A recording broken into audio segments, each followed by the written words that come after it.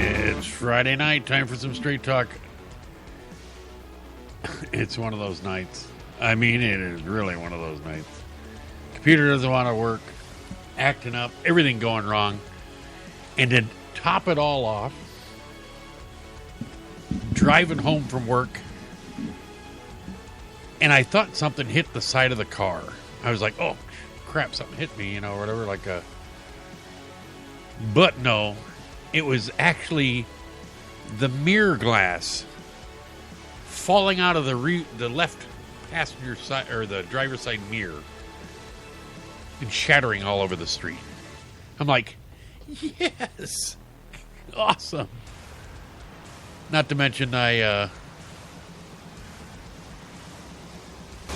was taking a hot pan off the stove at work and splashed hot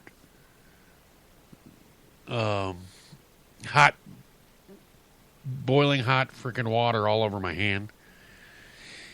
I was like, oh, I got a nice little freaking naughty finger Band-Aid on right now, and should have put one on the one next to it. I'm gonna have a blister like you won't believe tomorrow. But I mean, it's just one of them days. Long day. Actually, it was a good day for. We had a junior tournament. A lot of kids showed up, probably 80 some kids, and that's, you know, good turnout. Way back years ago, I used to have double that amount, but I mean, it's still a good turnout. I'd like to see more kids. We, I mean, with the, you know, stuff like that, it seems like one thing after another. So then I get home and I'm running to get on the air because I left work at about 10 after 8. So I'm like, I got 50 minutes to get everything ready. I got everything all set up, ready to hit live, go live, and the one computer doesn't want to. It's like, nope, not going to work. It doesn't want to do everything. I mean, the windows are lagging and everything. I don't know what it was. So I had to reboot the whole system. Cost me to be about 10, 12 minutes late. I'm like, man. It's like one thing after another. So, but in the news recently, you know, I mean, it's constant. If you haven't been listening to election stuff, you're not watching the news at all. It's amazing how the attacks from both sides, you know, Republicans against Democrats, Democrats against Republicans. But, you know, I don't care who you vote for, but, and people, you know, I'll have this conversation with people and I go, and they tell me that they're voting for Hillary. And I'm like, I just don't, you know, I could see if you voted for Bernie. I can understand people voting for Bernie and the people, what they like about him and how, you know, the charisma he has or whatever like that. I can understand that. But anybody that can sit there and honestly tell me that they can vote for Hillary Clinton, who's under FBI investigation, and they just ignore it. They just like, it's nothing. The dishonest stuff that she's done. There's got a new one where this came off of ellenwest.com. And it was, you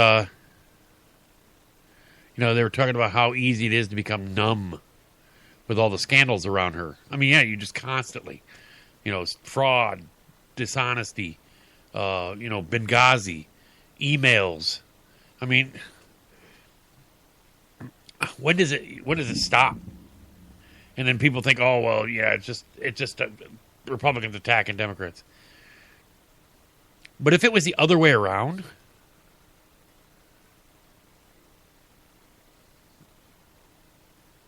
they would not let up.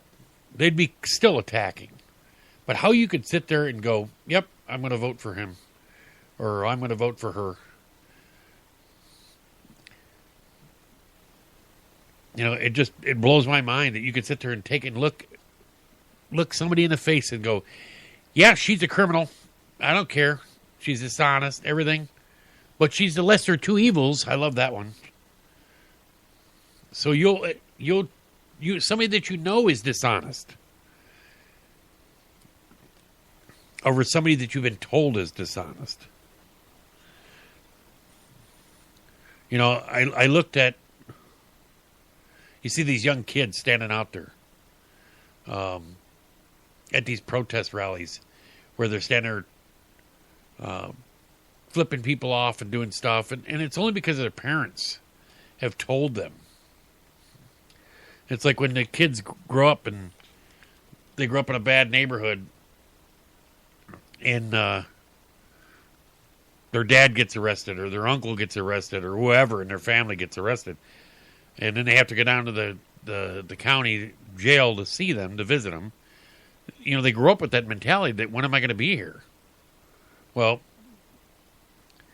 you know, I get people that I know, that college-educated people that will vote for Hillary or think that she is the candidate. You know, what's her experience? Everybody goes, oh, well, she was Secretary of State. Well, yeah, she was Secretary of State, but look what she did as Secretary of State. There's stuff that's going on. I mean, look at what she did with the troops in Benghazi. She cared less about them. And I always love this statement. What difference does it make? That happened that was long ago. I'm like, well, it means a lot to the families. But here, this coming on AlanWest.com. It says, a newly released batch of Hillary State Department emails reveal the new bombshell that the former Secretary of State rewarded one of her large donors with a position on a sensitive government intelligence board. Yes, one involving tactical nuclear weapons, and on the other crucial arms control issues, despite having no relevant experience. It says, nepotism, not to mention compromising our nation's intelligence and security at its finest. And he says, and here's a shocker: when asked about the situation, Clinton staff sought to protect the name of the secretary while stalling the reporter. It says, as reported by ABC News, no less, newly released State Department emails reveal how a major Clinton Foundation donor was placed on a sensitive government intelligence advisory board, even though they had no obvious experience in the field. A decision that appeared to baffle the department's professional staff. The email further revealed how, after inquiries from ABC News, the Clinton staff sought to protect the name of the secretary, stall the ABC News reporter, and ultimately accept the resignation of the donor just 2 days later. It said copies of dozens of internal emails were provided to ABC News by the conservative political group Citizens United, which obtained them under the Freedom of Information Act after more than 2 years of litigation with the government. A prolific fundraiser for Democratic candidates and a contributor to the Clinton Foundation, who later traveled with Bill Clinton on a trip to Africa, Rajiv K. Fernando's only known qualification for a seat on the International Security Advisory Board, ISAB, was his technical know-how.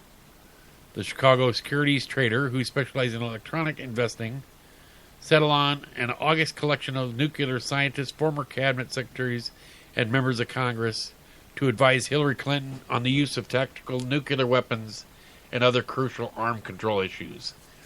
Sources report Mr. Fernando had donated at least $250,000 to the Clinton Foundation. It says, we had no idea who he was, one board member told ABC News. Fernando's lack of any known background in nuclear security caught the attention of several board members. When ABC News first contacted the State Department in August in 2011, seeking copy of his resume, the email shows that confusion ensued among the career government officials who work with the advisory panel. So, I mean, you look at appointments like that from He gets appointed to advise on nuclear weapons. So the Washington Times sums up what happened next. The true answer is Secretary of State, or Secretary Clinton's staff, Cheryl Mills, added him. Raj was not on the list sent to Secretary Clinton. He was added at their insistence, an email reads. Pause to note, member of Hillary Clinton's staff claiming to speak the truth, remarkable in and of itself. Email also shows that Mrs. Mills told the staff to stall for 24 hours when ABC News first started asking questions about the appointment in 2011. But Fernando submitted a resignation the very next day. Oh, I guarantee the phone went up. Hey, they know what's going on. You better resign. ABC News also reported that when it finally caught up with Fernando in 2012 Democratic Convention, he became upset, and security threatened to have ABC News reporters arrested. Oh, yeah, reporting the news. When they actually finally go to report the news, then they threaten to arrest them. For what? Asking him a question? So, that's what is frustrating with the... And I mean, it doesn't always happen with just one side. But if the Republicans are doing something illegal, then they need to pay. I don't care if it's an independent, Republican, Democrat, whoever. If they're doing something illegal in our government, then they need to be brought up to justice for it. It says, and then to finish off this story, it says, the latest revelation confirms that we have suspected all along that Hillary, through the guise of the Clinton Foundation, had been indeed trading influence within our government for donations. Doesn't get more corrupt than that. Almost as stunning as Hillary's shameful criminal misuse of her position as Secretary of State, and the fact that the mainstream media is digging into it. It says, perhaps there is hope after all. And this was written by Michelle Jesse, associate editor for AlanWest.com. But, you think about this. If the media, they're trying to dig so much dirt on Trump. If they just reported what they're supposed to report on Hillary,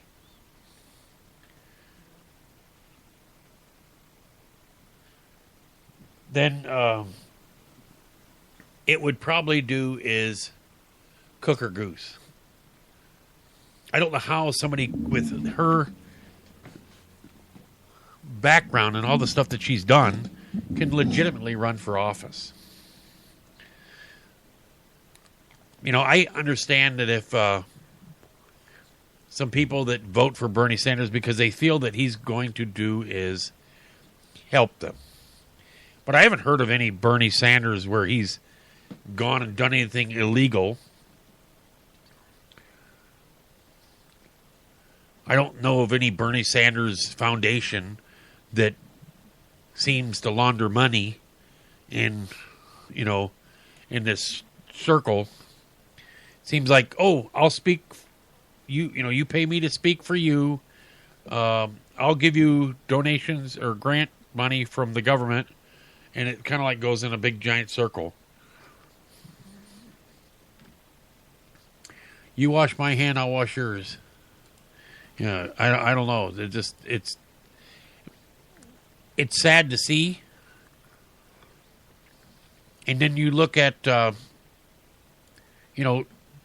Hillary comes out, and I guess today there was a big thing with them on Twitter where they went back and forth, and apparently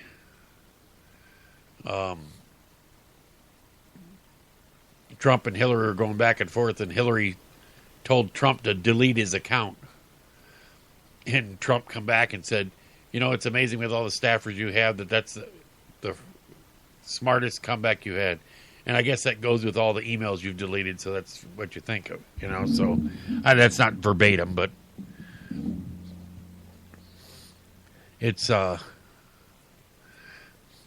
little bit to the liking. Well, you think of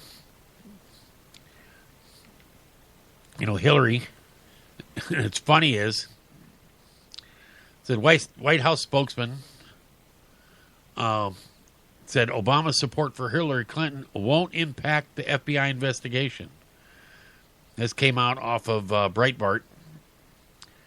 It says President has endorsed Hillary Clinton to be presidential successor. I've even heard him say, I guarantee you that Donald Trump will not be the next president. Well, how can you guarantee that? But it says that White House Press Secretary Josh Earnest said that the FBI investigation into Clinton's email practice would be conducted independent of any political interference. He indicated that Obama was comfortable endorsing Clinton, knowing that the career law enforcement officials would not be swayed by his political decision. The reason that the president feels confident he can go out and make this endorsement and record a video in which he describes his strong support for Secretary Clinton's campaign is that he knows that people who are conducting the investigation aren't going to be swayed by any political interference. Well, how bad does it look for him if he would endorse her and then all of a sudden she gets indicted on multiple counts of,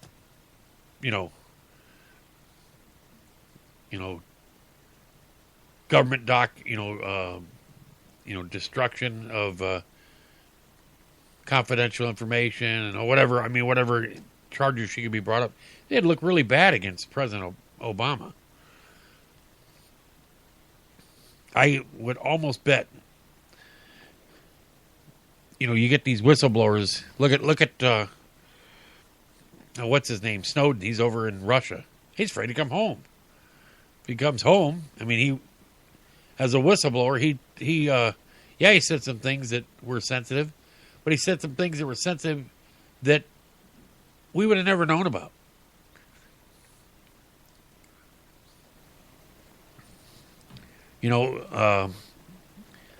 I always thought that the whistleblowers were protected, but they're trying to say he was, did stuff that was illegal. Let me get my Facebook up here. I don't think I have my phone lines transferred. Not that it makes a difference, but let me see, make sure here. Gotta limit everything. Yep, my phone just sitting there dragging. I don't know what it is tonight. It's like everything technology doesn't want to work right. I didn't want to forward. So, we'll see. Nope, there it finally. There we go. Now it forwarded. So, if you want to call in, you can call in at 1-866-225-5401. Oh, gotta turn on the. Let's see. NBA playoffs are going right now. That was a big change from the last game where Cleveland came back, looked like they were pissed off. They came out hot, and they started making everything from the get-go. So, current right now, let's see where we're at. They got splash screen over top, over Stephen Curry. I guess he's got 14 points.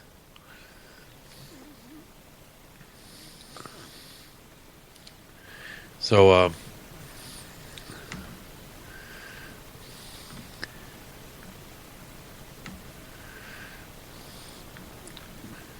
I was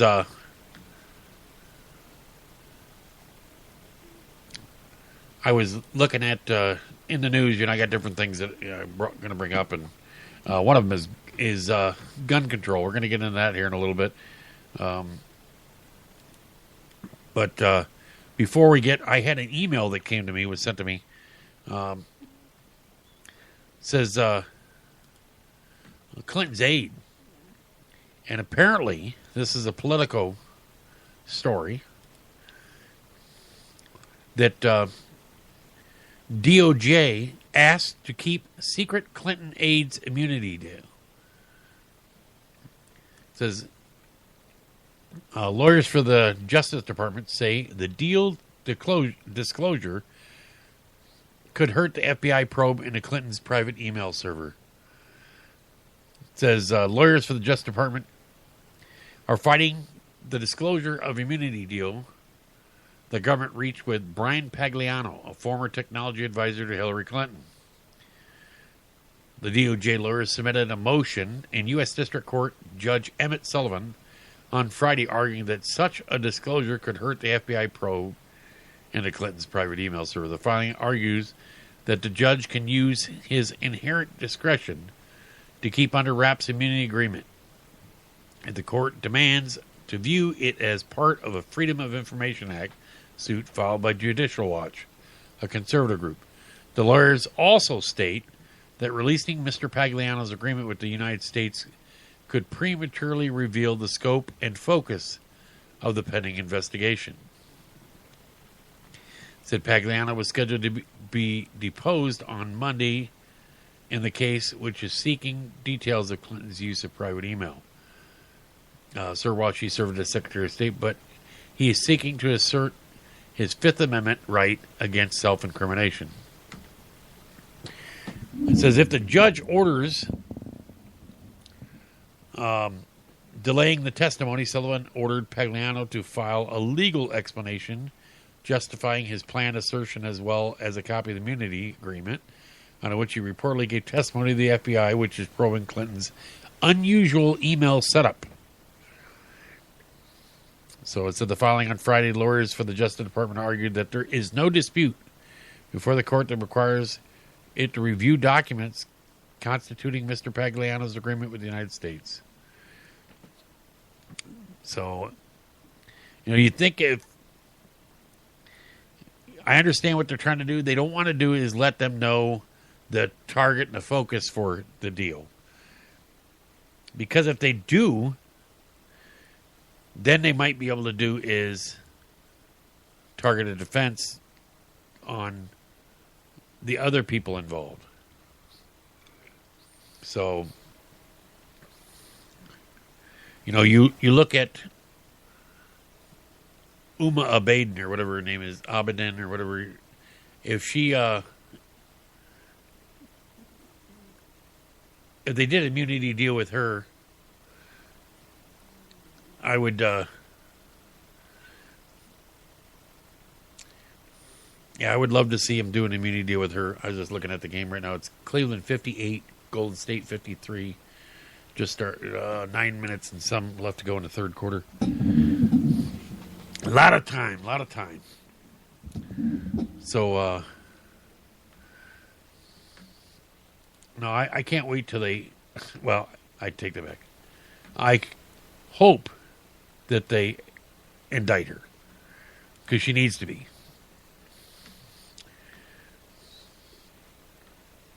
So, if, and what was funny is they've been talking about how Donald Trump, they're accusing him of racist, and even, what kills me is these so-called Republicans come out and they attack Donald Trump because they would much rather have, they hate Trump so much.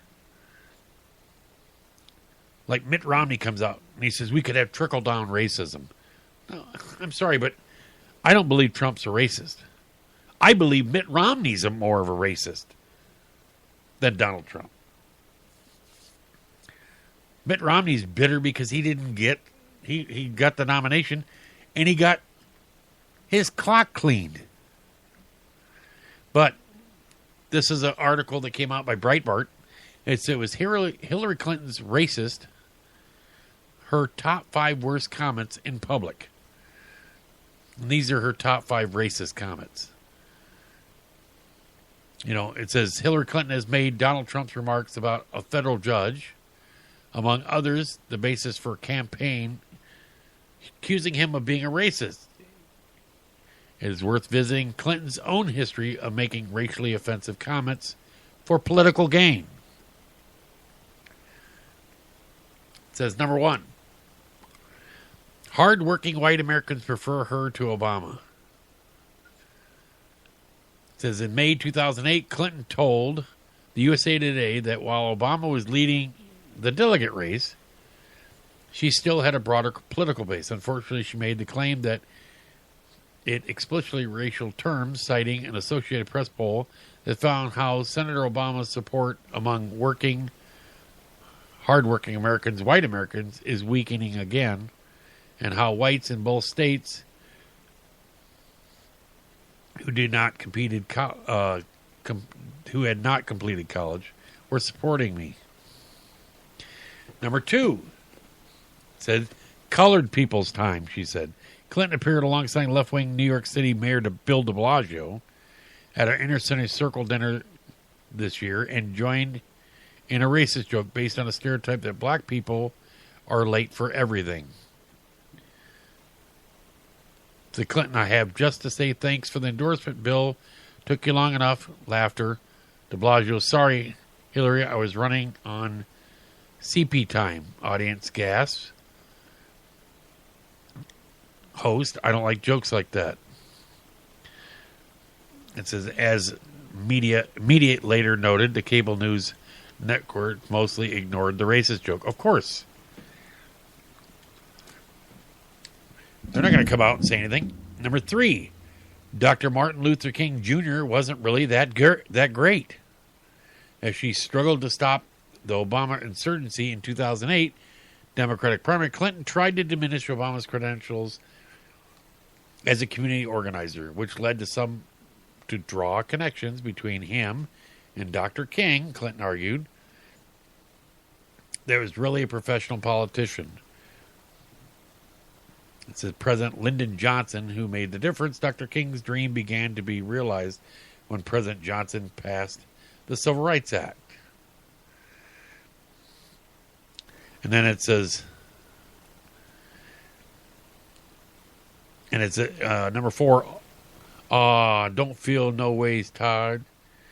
Clinton, like Vice President Al Gore, and indeed, like President Obama himself, had a tendency to intimidate what she believes to be an African-American accent when she speaks before black audiences. Obama, who grew up in Hawaii, at least had some cultural competence and experience honed through practice in inner city Chicago. Clinton manages to sound condescending every time.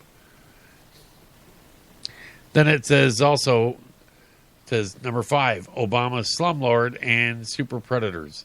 Losing traction in 2008, Clinton blatantly attacked Obama's connection to fraudster and fundraiser Tony Rezko. I was fighting against those Reagan ideas you were practicing law and representing your contributor Rezko in his slum landlord business in inner city Chicago, she said in a South Carolina debate. The remark was described as racist by Obama fans and was their 1996 term for chronic criminals, super predators.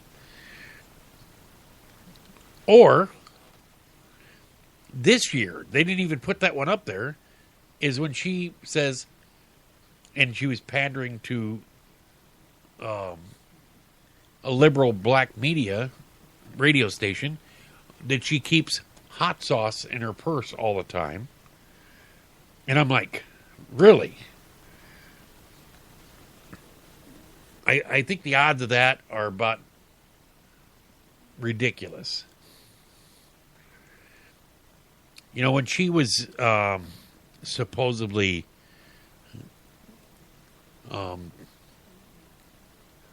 where she had got enough delegates and she stood up there with her hands out, hold them out to the side, and she was trying to tell everybody she was one of, everybody and all this.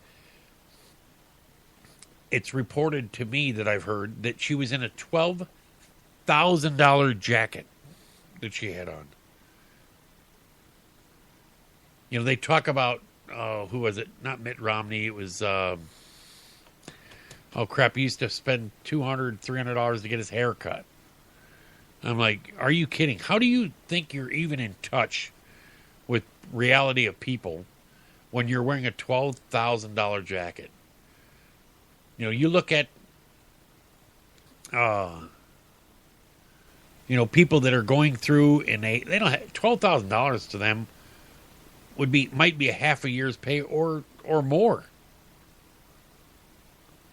But she'll stand up there and act like she is for you. I mean, I can't wait I want to read this book put out by the Secret Service agent just because I want to see how they were treated. And that's the scary part of it is we think that, if it's not reported, it never happened. And that's what our current media is doing right now. They're doing a disservice to the American public where they think that they should be able to do anything as long as they report on what they feel is important. Doesn't matter how dirty their candidate is. It doesn't matter how ridiculous or whatever they say. But they'll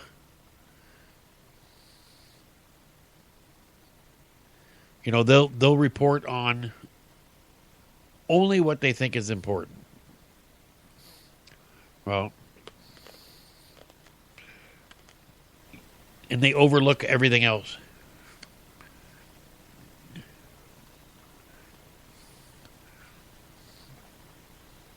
I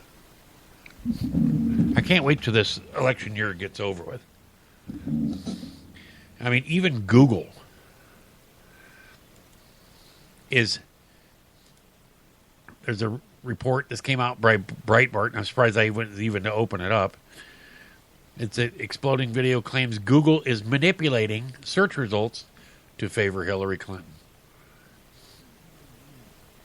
It said earlier this week, Breitbart reported on accusations that Google is in cahoots with Clinton campaign.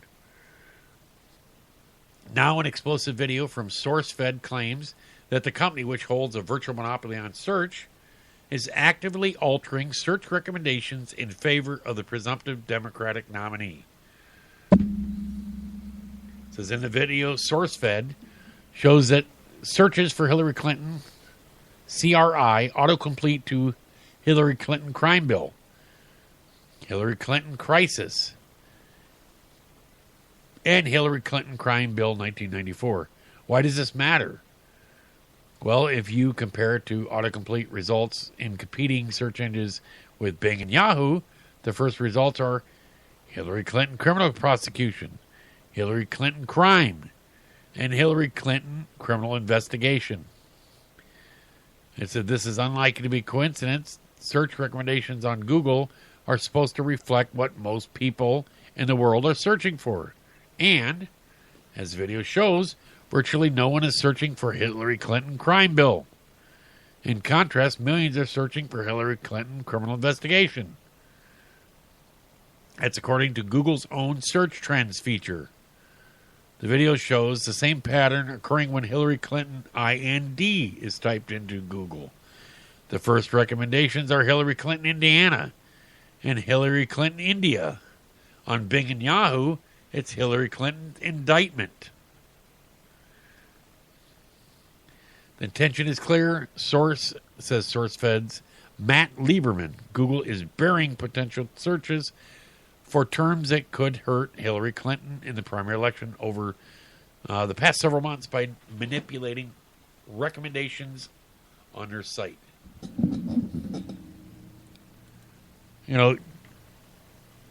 If you only get your,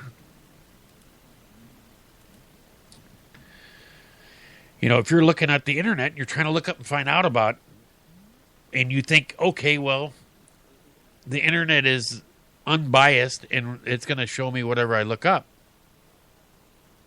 Well, apparently it's not true.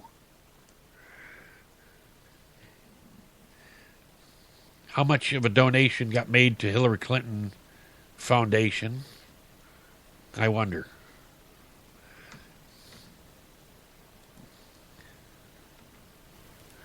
How I'm still trying to figure out um,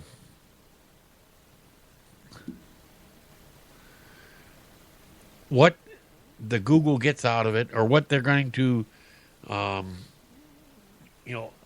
if Hillary Clinton with 4 more years of another, continued policies of Barack Obama, what does Google seem to obtain by it? What are they going to make more of? I mean, what are they going to make more money at? Well, if there's less people working, less people have jobs, and less people make money, they're not going to be able to buy this crap that they put on the sides of the ads. Less people are going to have computers. I don't know. I saw an ad where they're talking about people wanted more socialism, and I'm like, you don't realize that more socialism just kills small businesses. Who wants to do? Who's going to take the chance of starting a small business? No entrepreneurs. They're not going to do it because government's going to squash it. Government's going to do is tax the snot out of you, where you can't afford to run a business. So what do you do? Where do you it's like what's her Nancy Pelosi, that freaking windbag of a retard she comes out and she says that talking about the iPhone, and I was just like, she says, let me see if I can find the article on it. It was just like, she was talking about, here it goes. It says, you didn't invent the iPhone. It says, government's responsible for iPhone. It says, anybody here have a smartphone? Pelosi asked attendees at hearing the Democratic National Convention platform. In this smartphone, almost everything came from federal investments in research. They say Steve Jobs did a good job designing it and putting it together. Federal research invented it. Bull crap. Federal research invented it. She said government research invented GPS and development special alloys used in the iPhone. Because Pelosi is a government employee with poor understanding of the private sector, she fails to comprehend that minus capitalism, so there would not be an iPhone or computer technology. The profit motive becomes a much stronger force for a company once much of the basic and applied research has been completed. And at that point, it becomes a better idea to let the private sector take over and create a product that consumers want to purchase. You don't want the government manufacturing iPhones because that's not the government's business. It says the fact that the government invested in basic science doesn't mean that all follow-on innovations that utilize and discoveries was built and paid for by the government. Such an argument is completely disingenuous. It says communism produces nothing. Consider the former Soviet Union. The communist depends on the West for innovation, in addition to producing knockoffs of the U.S. military hardware, most notably the Boeing B-29 Superfortress, reverse engineered in the Soviet Tu-4. The communists copied the designs of cameras, automobiles, computers, beginning with a copy of the ZX Spectrum by Sinclair Research Ltd. And video games. The Soviet even appropriated Western cultural icons, for instance, Winnie the Pooh, for their cinema productions. The economist and historian Anthony Sutton documents on how the United States played a major role in developing the Soviet Union's technological and manufacturing base. Sutton argues that the U.S. taxpayer-funded assistance to the Soviet Union was used during the Cold War to generate multi-billion-dollar armament contracts beneficial to the defense industry corporations. So, if you don't have private sector wanting to try to build something to make money at it, then there's going to be no private sector to do it. If they don't think they can make money at it, then why they won't even? They're not going to do it for nothing. They're not going to go, oh, you know what? Let's make the iPhone just because we want to make the iPhone. We're not going to make any money on it, but let's just make it anyway. I said, it's a stupid statement. It's almost as bad as when the president made the statement about, you didn't build that business. That business was created for you. Some people did build it up. It's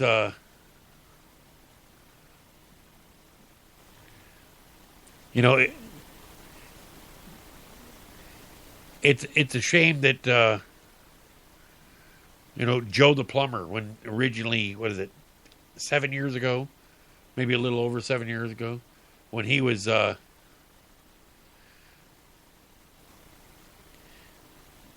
when Obama was running for office, and he told him, he said something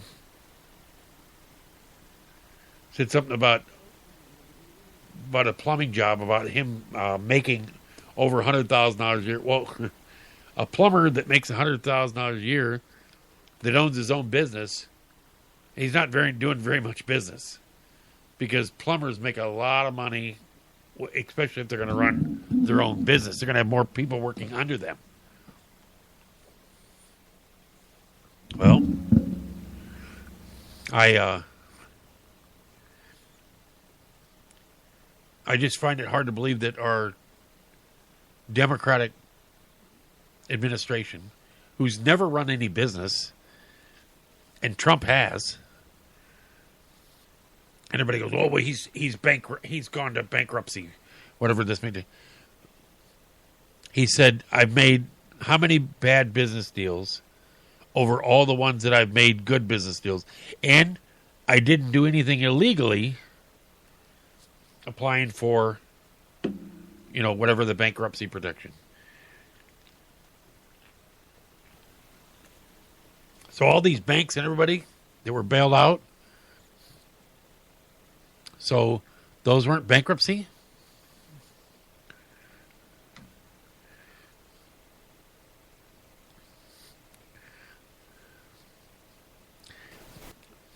I have a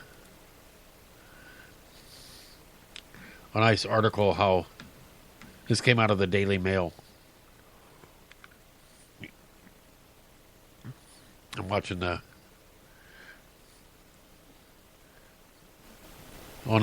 elbow, LeBron. Right now it's Golden State 74, Cleveland 73. So there was I hashtagged the tweet 2000, and the reason why I hashtagged the tweet 2000 is because of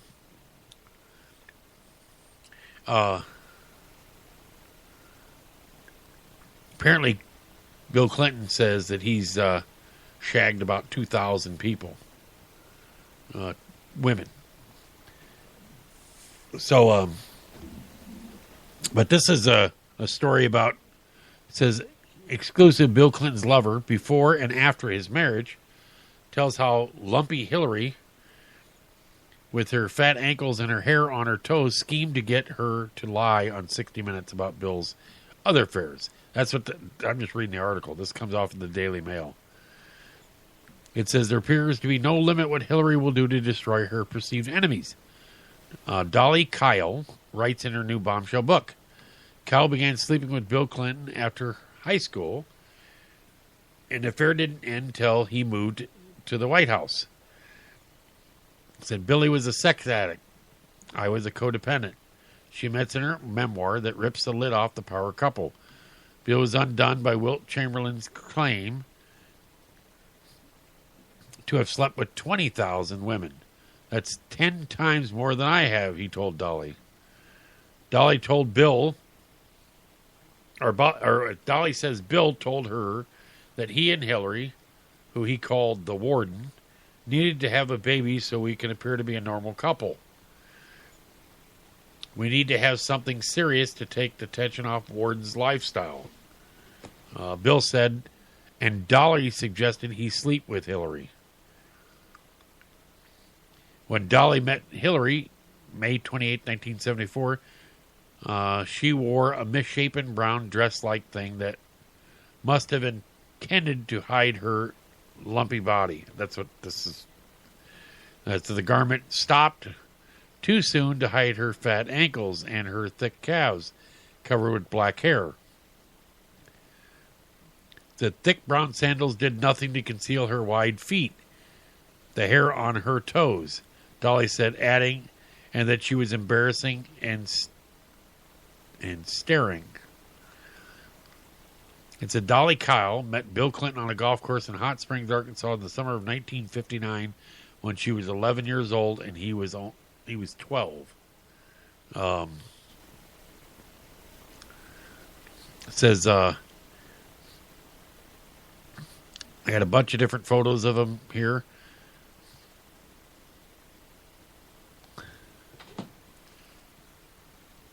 And it talks about how, sorry about that,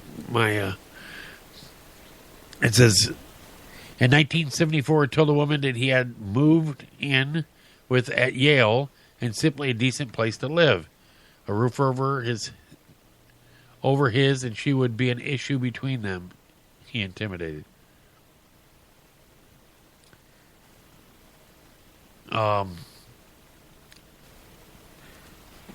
The now 60-something Dolly didn't realize at the time that Hillary's role was a financial provider, a role that started at Yale, University of New Haven, Connecticut. Hillary's role of providing financial security for Billy was part of her motivation for the series of financial crimes, yes, crimes, that she committed over the decades. Hillary was upholding her part of the deal to get Billy elected president, after which it would be her turn to be the first woman in the Oval Office. Lawyer and author Dolly Kyle writes in her bombshell book, The Other Woman, published by WND Books. It said Billy and Hillary continued to be the lying, cheating, manipulative, scratching, clawing, ruthlessly aggressive, insatiably ambitious politicians who are giving public service a bad name, and nothing about them has changed in the past 40 plus years, except they have deluded more and more people. The Clintons and their misled supporters have rewritten history to suit their political agenda, which get votes, to get power, to get money, and to get more power, and to get more money.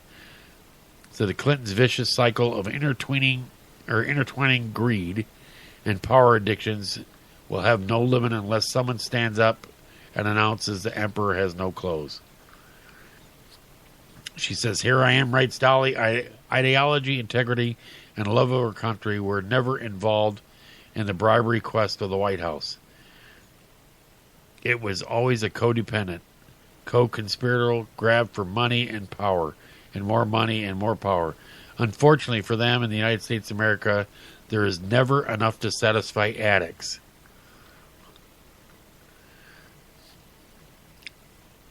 Said Dolly watched Bill Clinton grow up in Arkansas. She witnessed Hillary bringing her carpet bag to Arkansas. So, I mean, you look at about this, I'm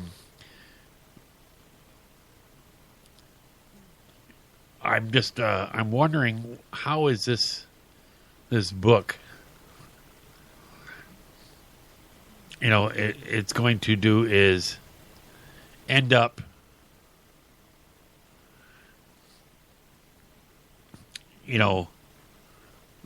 being a bombshell for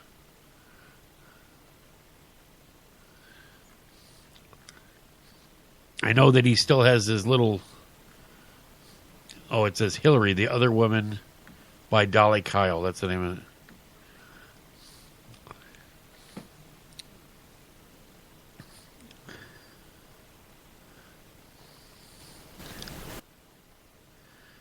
says Bill's 12-year affair with Jennifer Flowers exploded on the news in early 1992.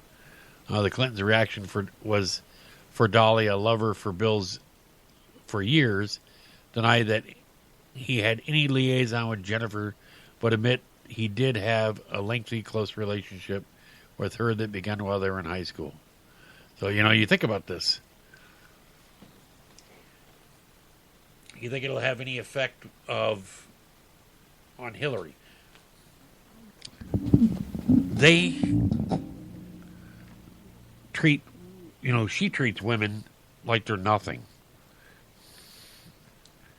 I don't know where we're going to be at in, this October or November, when the election comes around. It'll be just a shock to see where we go. In speaking of iPhones, how Pelosi doesn't think that you had anything to do. Apparently, this came out on CNBC. It says, iHeist. It says, thief dressed like Apple employee lifts 16,000 in iPhones. So somebody lost a job there. I can't imagine that. 16,000. A blue shirt might be responsible for some red faces at Apple after a thief dressed as a store employee walked off with 16,000 worth of iPhones from a back room at an Apple Soho location in New York City. You would think that somebody would look at them and go, I don't recognize that person. Where do you work? I would think that would do that. But it's still 16,000 worth. They stole 67 iPhones. But it says since most Apple Store average 100 employees, it's possible no one realized that these were not part of the retail team. But it would kind of make sense that, hey, where are you going with those 67 iPhones? So, yeah, that's crazy. It's, oh yeah. Earlier when I was talking about that, it says, so this is why Hillary Clinton wore a $12,000 Armani jacket. That's CNBC. What's more infuriating than Hillary Clinton wearing a $12,000 jacket that so many people care? Well, the reason why they care is because she's supposed to be, for the poor people. She's supposed to be fighting for the poor people's vote. And she was so poor when they left the White House that they're barely able to make it by. You just can't live off $250,000 speeches. That's just hard to do. It says Republican candidate Donald Trump has often been spotted in Brioni suits, which can cost a whopping $7,000 each. Yeah, but he never said he was poor. Hillary Clinton come out and said that she was, and her speech is about inequality.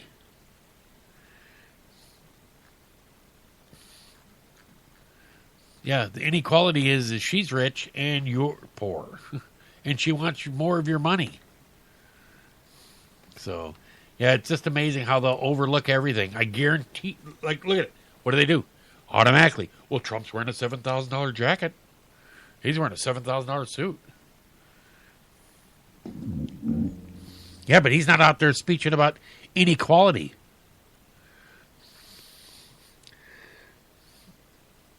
He's out there telling people how this TPP and this trade deal with Mexico, how it's screwing us. How we're getting a short end of the deal. And if you don't think we are, figure it out. Why are companies moving down to Mexico?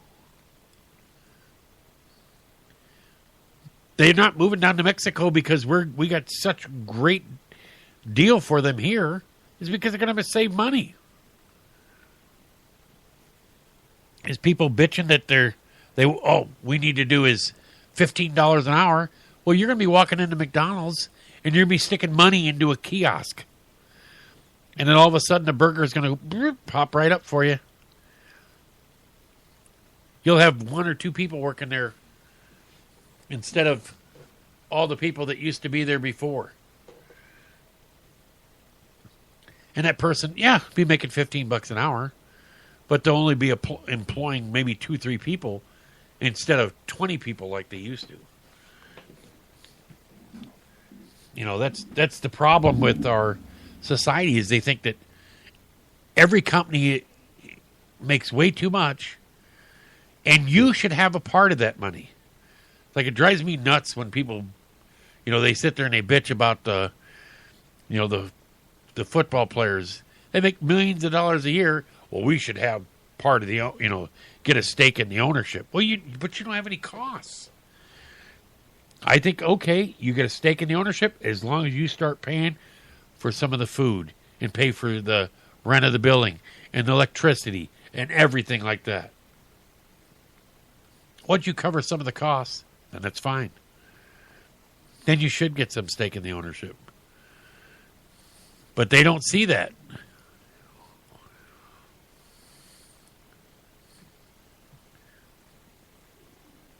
They see it as we don't get enough. It's not enough that they take the ownership takes a chance on them. Speaking of that, somebody hacked Twitter and hacked the NFL's Twitter account and came out and said that Roger Goodell had passed away, which he hadn't, but they came out with it because they wanted, they've been hacking Twitter accounts like crazy, and they've had this huge, it says 32 million logons appear for sale on the dark web. Twitter begins locking accounts. I didn't know the dark web. I don't know. I don't know what actual part you go to get to the dark web. And I really don't want to go there, but yeah. I said it says soon after news that 32 million Twitter login details had been put up for sale on the dark web, Twitter announced that it had begun locking millions of accounts.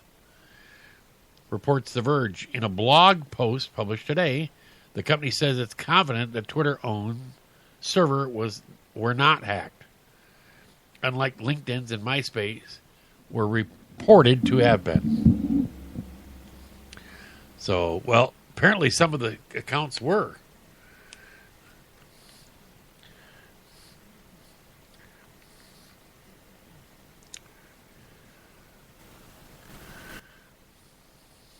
So, and it says, even who else was it? Somebody else's information got hacked, and they put out, well, it's amazing how often their hack attempts are done. You think about, with all the stuff we have going on the online, it's amazing what you can get your hands on, or what people get their hands on.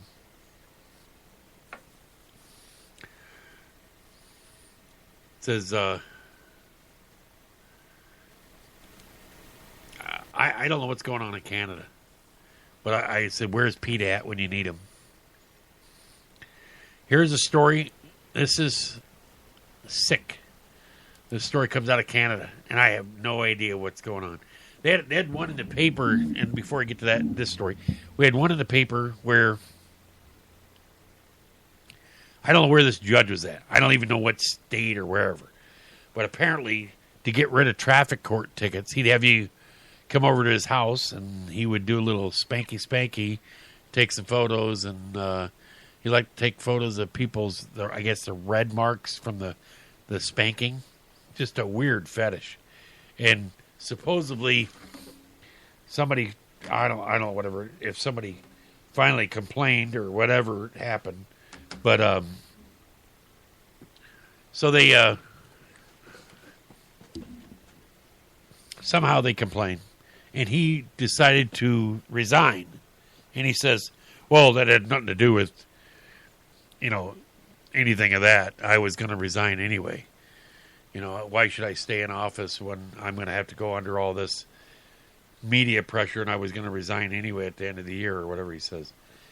But he was to get rid of court fines, he was having little sexual release favors. But so this story came out, and this was on Breitbart, and it says, Canada highest court has just ruled that some sex acts between humans and animals are legal. I'm like, what? In a, I guess you say, quixotic ruling, the country's highest court ruled that the man, and this is Canada's highest court, ruled that a man who is on trial for raping and sexually exploiting his own daughters wasn't guilty of bestiality. It says the man reportedly smeared peanut butter on the genitals of his victims and then had the family dog lick it off while he videotaped the act. The convicted man took his case to the Canadian Supreme Court, demanding that bestiality charge be nullified. In the end, the court agreed. As a result of the rape case, the court ruled 7-1 that humans having sexual contact with animals is okay if there's no penetration involved in the act. What?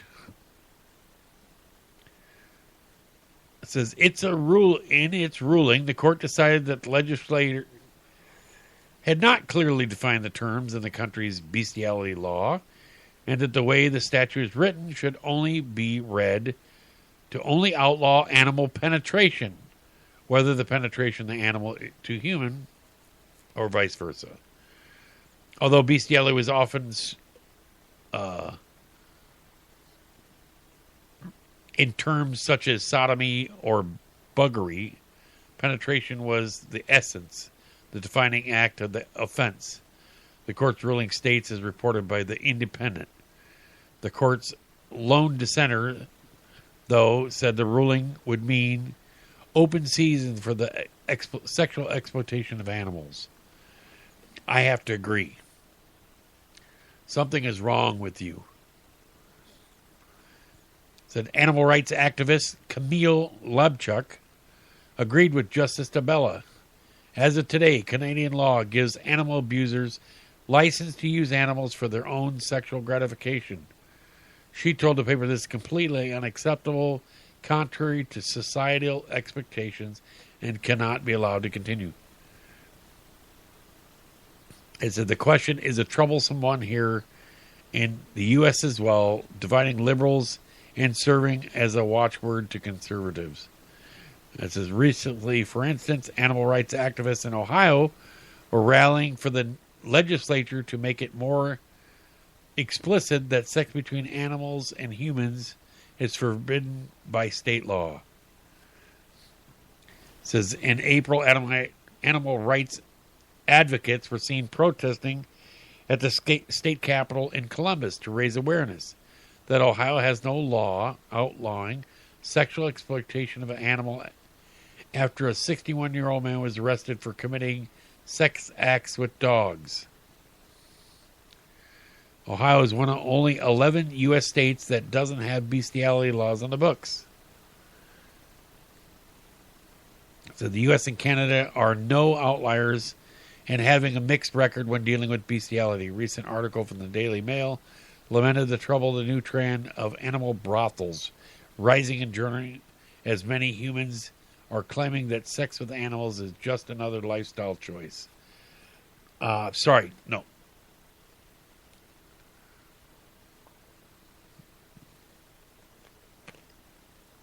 It's That's weird. That's flipping weird. I hope that PETA is able to do is in the United States. I'm not really worried about Canada, but when I heard about Canada, this article coming out in there, and I was like, going, that is just crazy. You know, there was an article in the paper that came out. I think it was like 2 days ago, and it was talking about how these people had 257 or 274 dogs in their house, and I'm like, are you kidding me? You know, imagine having. We had 3 at one time, and that was overwhelming. But 200 and some dogs, you know, there's no way they can all eat. It's, you know, the dogs will actually,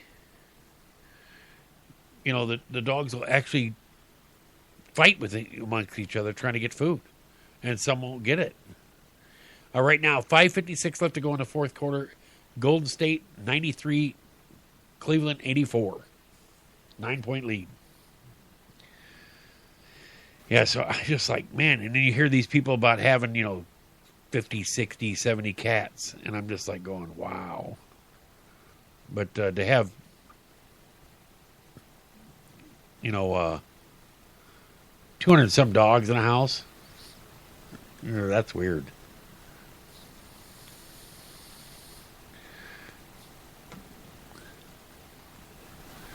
I'm, you know, I'd like to have a couple dogs just so I can have,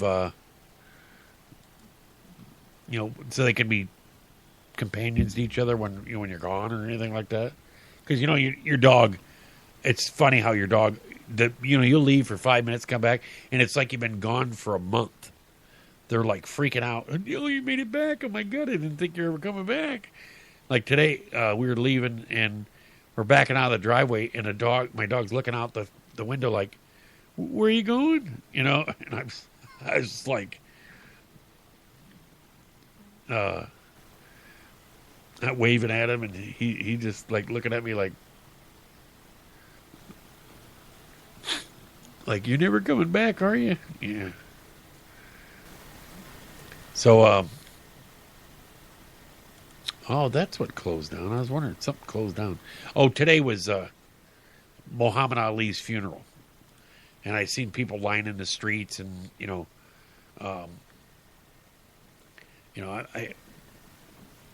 it's a shame he died. He was a great fighter.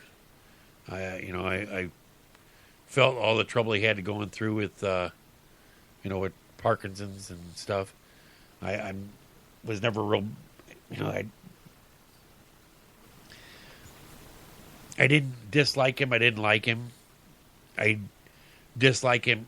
Some of the things he did because he went against our country and refused to fight for the country, but was willing to fight for himself to make money. So, but no, I'm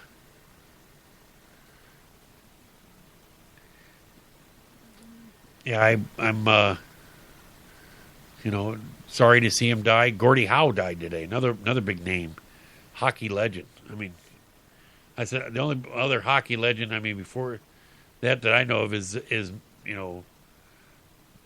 Gretzky. I mean, he's probably the only other one I really know. I mean, was never a huge hockey fan growing up because it just I mean, it's more now, but a lot more people are playing hockey now. But I mean, we never did as kids. We skated a little bit, but not like now. So, but here's another, speaking of schools and stuff like that, I don't know what the heck is it. Everything's kind of been just a little bit irritating today. But apparently, Texas valedictorian, she's under fire. She tweeted out, it says valedictorian, 4.5 GPA, comma, full tuition paid for me at UT, comma, 13 cords / medals, comma, nice legs, comma, oh, and I'm undocumented. So it says a Texas high school valedictorian tweeting boasting about her impressive academic accomplishments. An undocumented status landed her in the middle of an online firestorm over immigration. Mighty Lara Ibarra shot off the polarizing tweet last Friday after graduating from Crockett High School in Austin. Valedictorian, I went through that, and she says, the tweet included several graduation pictures, a few emojis, a medal, the Mexican flag, hook'em horns, the University of Texas, and a graduation cap. It swiftly went viral, receiving about 400 retweets and nearly 20,000 likes before her account was deactivated. Yeah. What was probably intended to be another innocuous graduation post proved deeply controversial, drawing censure and praise. Conservatives, namely supporters of presumptive Republicans' presidential nominee Donald Trump, were inflamed that an undocumented immigrant was getting a free ride at the University of Texas, presumably on the taxpayer's dime, much to the outrage invoked Trump plan to build a wall alongside U.S.-Mexico border.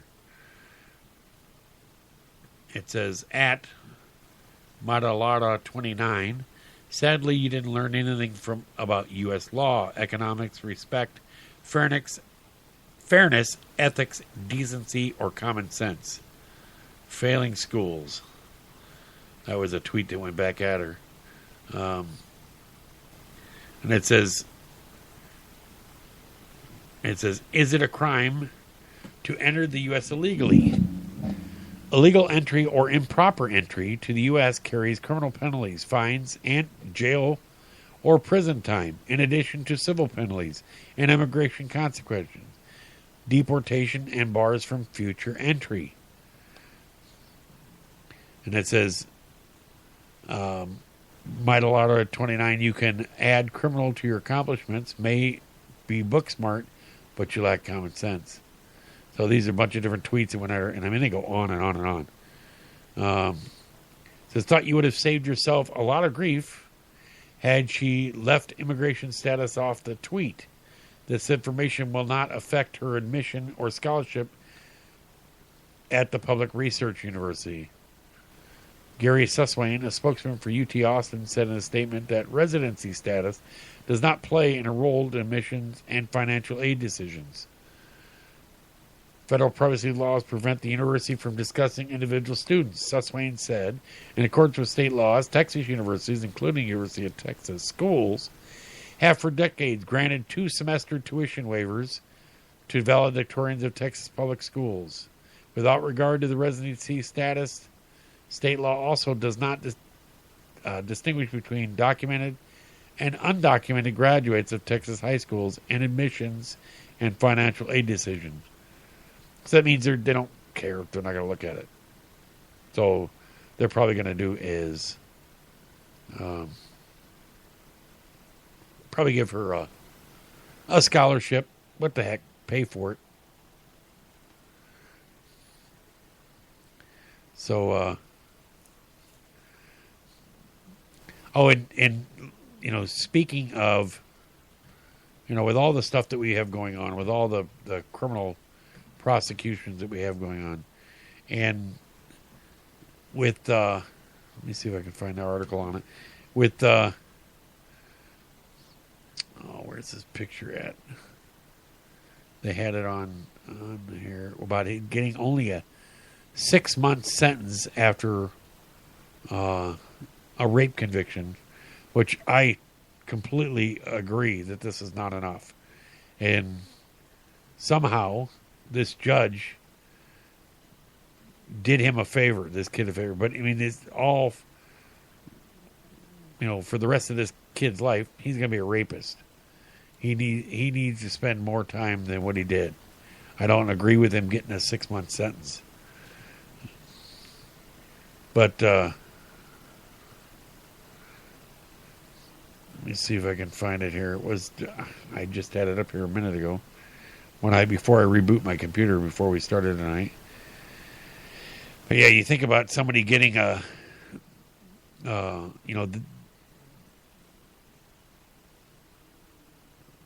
where is it at here? I do not see it at all.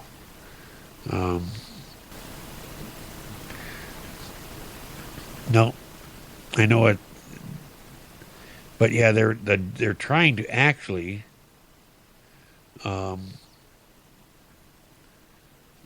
get this judge to answer for this, and I have no problem with the judge, taking heat for it. He should. I don't think he should be able to do is what he did. But here's what I don't understand. Like David Letterman. David Letterman comes out and he slams Donald Trump. Who cares? Who is David Letterman to for making how is he going to sway somebody's opinion for or against Donald Trump? It's like having another another person come out, a talk show host. It'd be like Chuck Woolery saying, well, I think Donald Trump's great. Who cares? What, when he spins the freaking wheel? What would that make a difference? David Letterman, when he interviews somebody, he's retired now. He doesn't do anything anymore. So, how's that going to affect it? You look at that. I just some of the people that they go for to ask them for their there was almost some punches thrown there. Oh yeah, LeBron. Come on, LeBron. Yeah. Oh, double foul, something like that. Yeah, Draymond Green and LeBron about ready to go at it.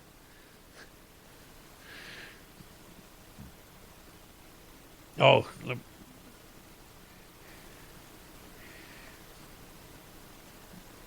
yeah, there are going to be some technical fouls. Oh, now what's the cop standing out on the floor for? LeBron almost stepped on him.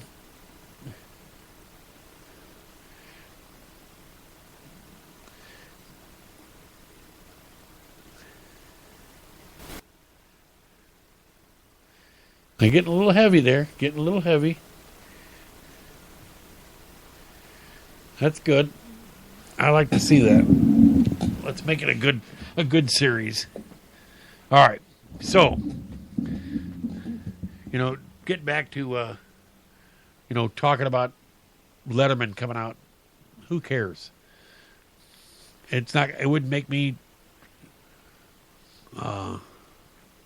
for or against Donald Trump. But and the one that I couldn't believe, Roseanne Barr, I think it was come out in favor of Donald Trump. That kind of shocked me. I was surprised there.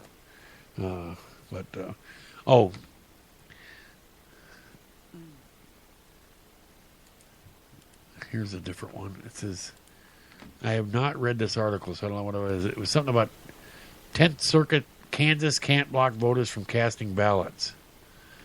Kansas cannot prevent thousands of eligible voters from casting ballots in the November federal election because they didn't prove they were U.S. citizens when they registering to vote at a motor vehicle office. So I think they should have to verify that they're a U.S. citizen. If they didn't verify it at the motor vehicle registration, they need to verify it now. Yeah, see, they want to do is they think the fear of Donald Trump, that it's going to do is allow them to pass. It says San Francisco hopes fear from Trump will lead to voting rights for illegal immigrants in city. You think, why should we allow the illegal immigrants to vote? I mean, right now, I'd like to do is see the the Constitution and a copy of the Constitution, and where it says what we should give voting rights to immigrants.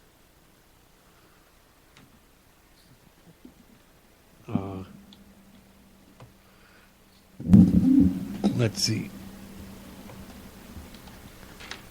They were talking about the Constitution and the Second Amendment. Let's see here.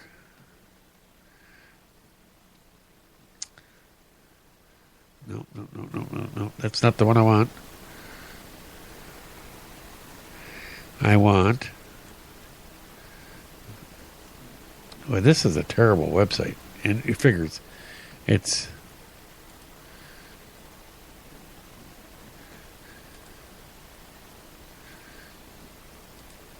there's what I want. It's funny how I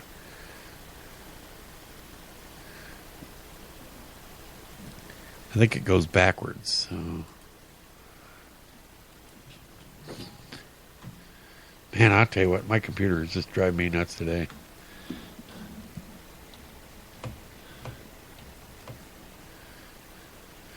Trying to get a website to open something is just, it's frustrating as ever.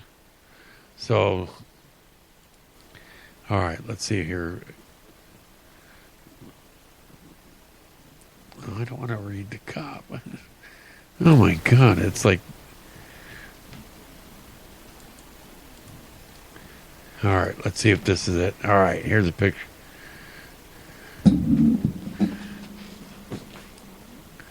Let's see here. Where are we at here? Let's go down to no,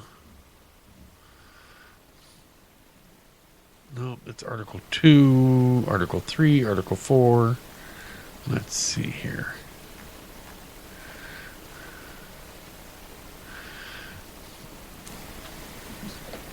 Nope, see this isn't.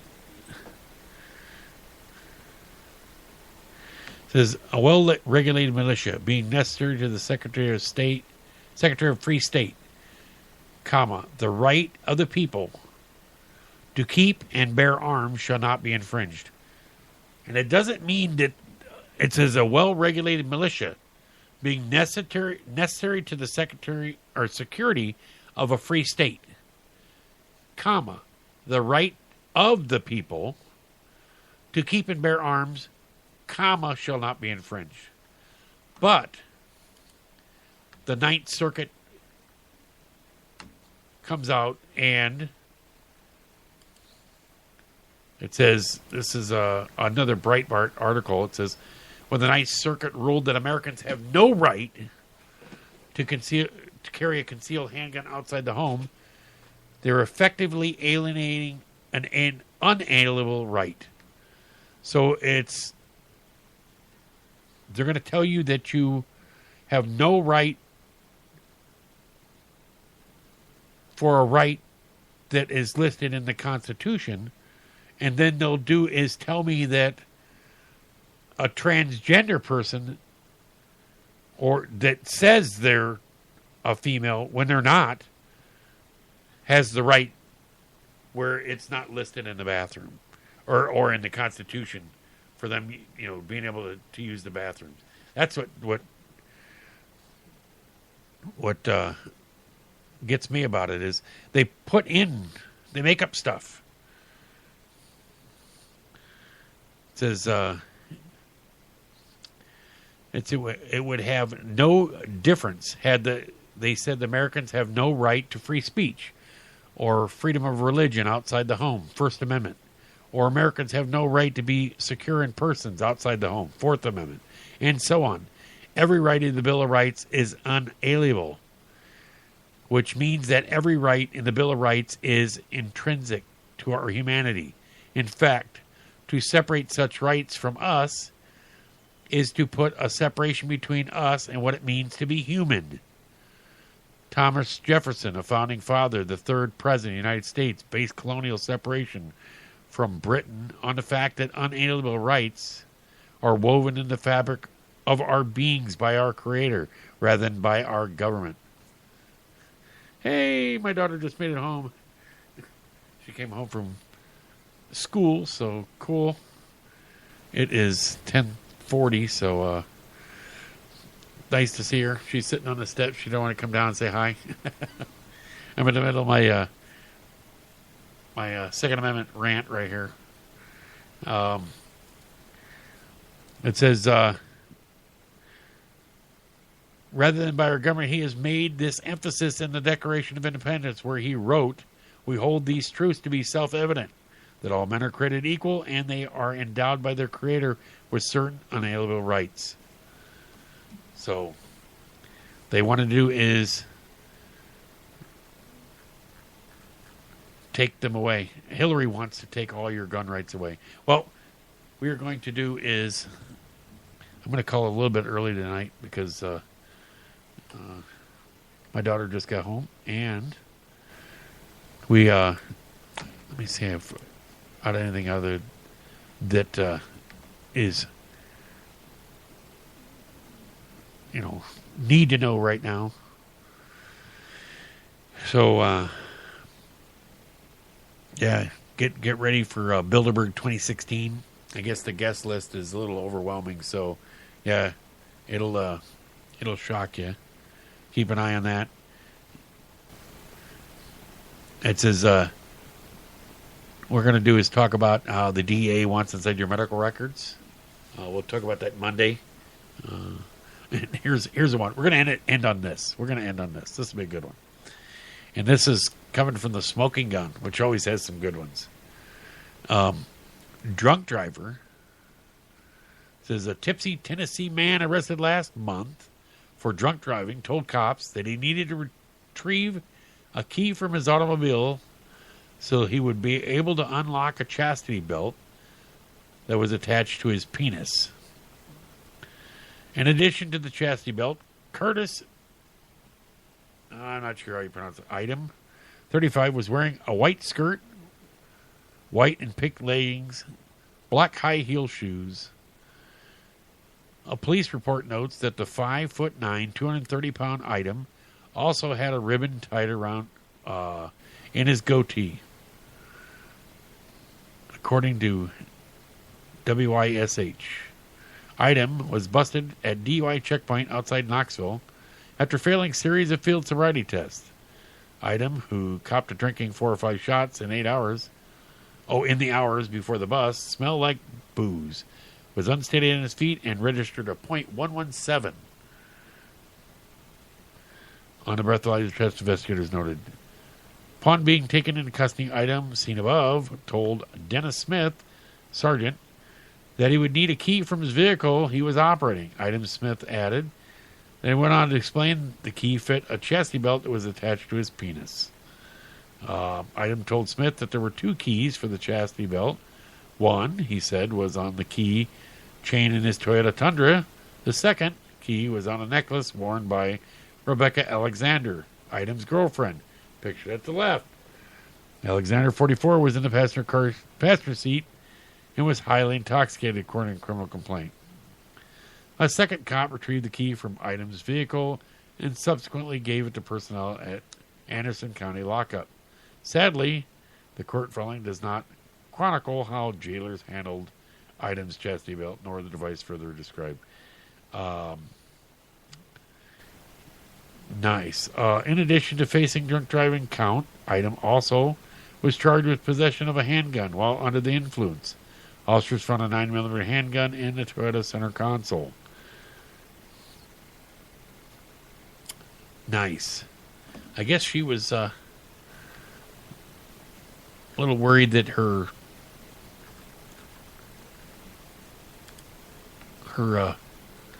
friend or whatever might use his little winky or whatever, so she had to tie it down. But yeah, that's a little weird. So we'll do is we'll meet Monday, and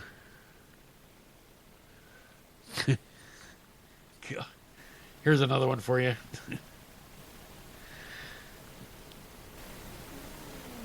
It says, police need your help in capturing New Haven's notorious penis painter.